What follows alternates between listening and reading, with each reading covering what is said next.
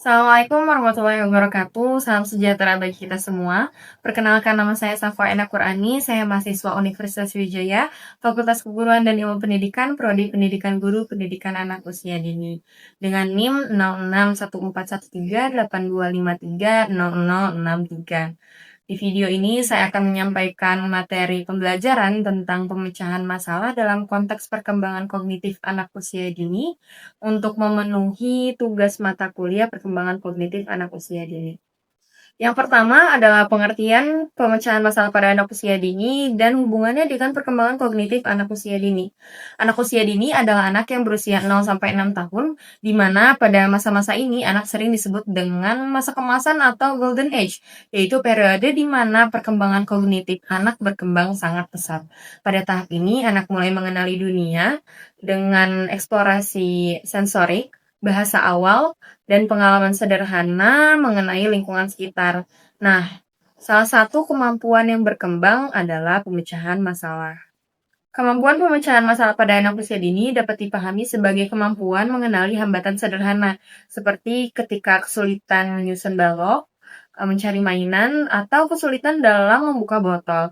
Lalu ia mendapatkan cara untuk mengatasinya. Strategi yang dipakai biasanya masih sederhana, misalnya trial and error, meniru, ataupun meminta bantuan. Kemampuan ini penting karena melatih anak berpikir analitis, logis, dan kreatif. Anak terbiasa mempertimbangkan alternatif solusi, menimbang pilihan sederhana, dan berani mengambil keputusan. Kemampuan ini mendukung kemandiriannya, rasa percaya diri, dan juga ketangguhan. Menurut Putri tahun 2020 menyatakan bahwa kemampuan memecahkan masalah erat kaitannya dengan perkembangan kapasitas kognitif. Sedangkan menurut Wahyudi tahun 2023 menyatakan bahwa kemampuan ini membekali anak menjadi generasi yang mandiri dan berdaya juang tinggi. Jadi hubungan antara pemecahan masalah dan perkembangan kognitif itu apa? Hubungannya adalah mereka saling mendukung. Pemecahan masalah membangun skema kognitif, sedangkan perkembangan kognitif menyediakan alat-alat mental untuk menyelesaikan masalah. Hal ini krusial karena 90% perkembangan otak terjadi pada masa anak usia dini, sehingga stimulasi sangat diperlukan untuk mencegah keterlambatan kognitif maupun kesulitan adaptasi sosial. Yang kedua adalah tahapan pemecahan masalah pada anak usia dini. Seperti yang disebutkan tadi, bahwa anak usia dini itu kisaran umur 0 sampai 6 tahun. Dan di sini terbagi menjadi 3 tahap. Yang pertama adalah sensori motor, yaitu ketika anak berusia 0 sampai 2 tahun. Ia memecahkan masalah lewat trial and error. Jadi, ia mencoba, lalu ketika gagal, ia akan mencoba lagi.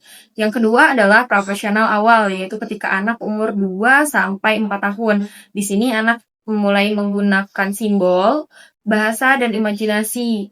Yang ketiga adalah profesional akhir, yaitu ketika anak berumur 4 sampai 6 tahun. Di sini ia mulai bisa menyusun rencana atau langkah sederhana dan bisa memecahkan masalah puzzle.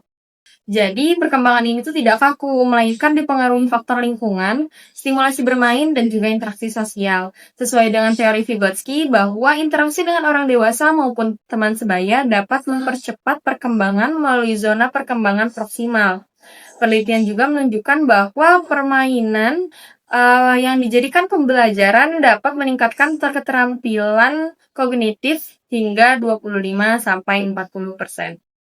Yang ketiga adalah teknik pemecahan masalah berbasis eksplorasi dan percakapan reflektif. Untuk menumbuhkan kemampuan pemecahan masalah pada anak usia dini, diperlukan pendekatan berbasis eksplorasi dan percakapan reflektif. Karena eksplorasi memberikan pengalaman secara langsung dan percakapan reflektif dapat membantu anak mengartikulasikan apa yang ia pikirkan dan mengurangi rasa frustasi.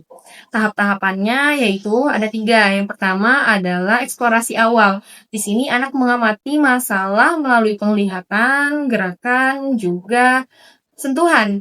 Dan orang dewasa ataupun orang tua yang mendampinginya akan memberikan pertanyaan pemantik. Yang kedua adalah percakapan reflektif. Di sini anak menjelaskan apa yang ia dapatkan dan merencanakan langkah sederhana yang ia akan lanjutkan. Dan yang terakhir, yang ketiga adalah eksplorasi lanjutan juga evaluasi.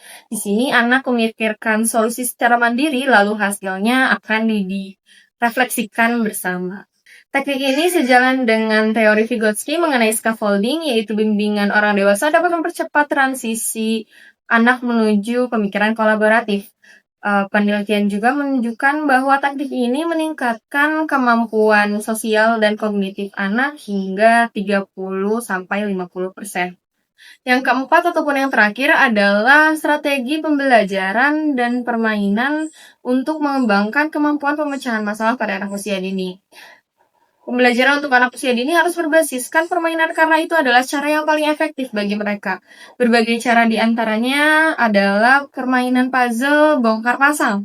Di sini anak dilatih untuk berpikir secara logika, spasial, dan juga kesabaran. Anak belajar memperbaiki kesalahan dan menemukan solusi dari permasalahan yang ia dapatkan. Yang kedua adalah permainan tradisional dan juga permainan menggunakan bahan alam. Contohnya, tapak gunung ataupun menyusun batu. Itu melatih pemecahan masalahnya secara nyata sekaligus menanamkan nilai budaya. Dan yang terakhir adalah strategi kreatif ramah anak. Di sini anak bermain menggunakan media digital sederhana dan menggambar solusi dari cerita yang diceritakan oleh gurunya. Strategi tersebut diterapkan melalui siklus pengenalan masalah, eksplorasi, bimbingan, dan yang terakhir adalah evaluasi. Dengan cara ini, anak belajar menghadapi tantangan, meningkatkan rasa percaya diri, serta mengembangkan kemandirian berpikir. Sekian materi yang bisa saya paparkan, kurang lebihnya mohon maaf. Wassalamualaikum warahmatullahi wabarakatuh.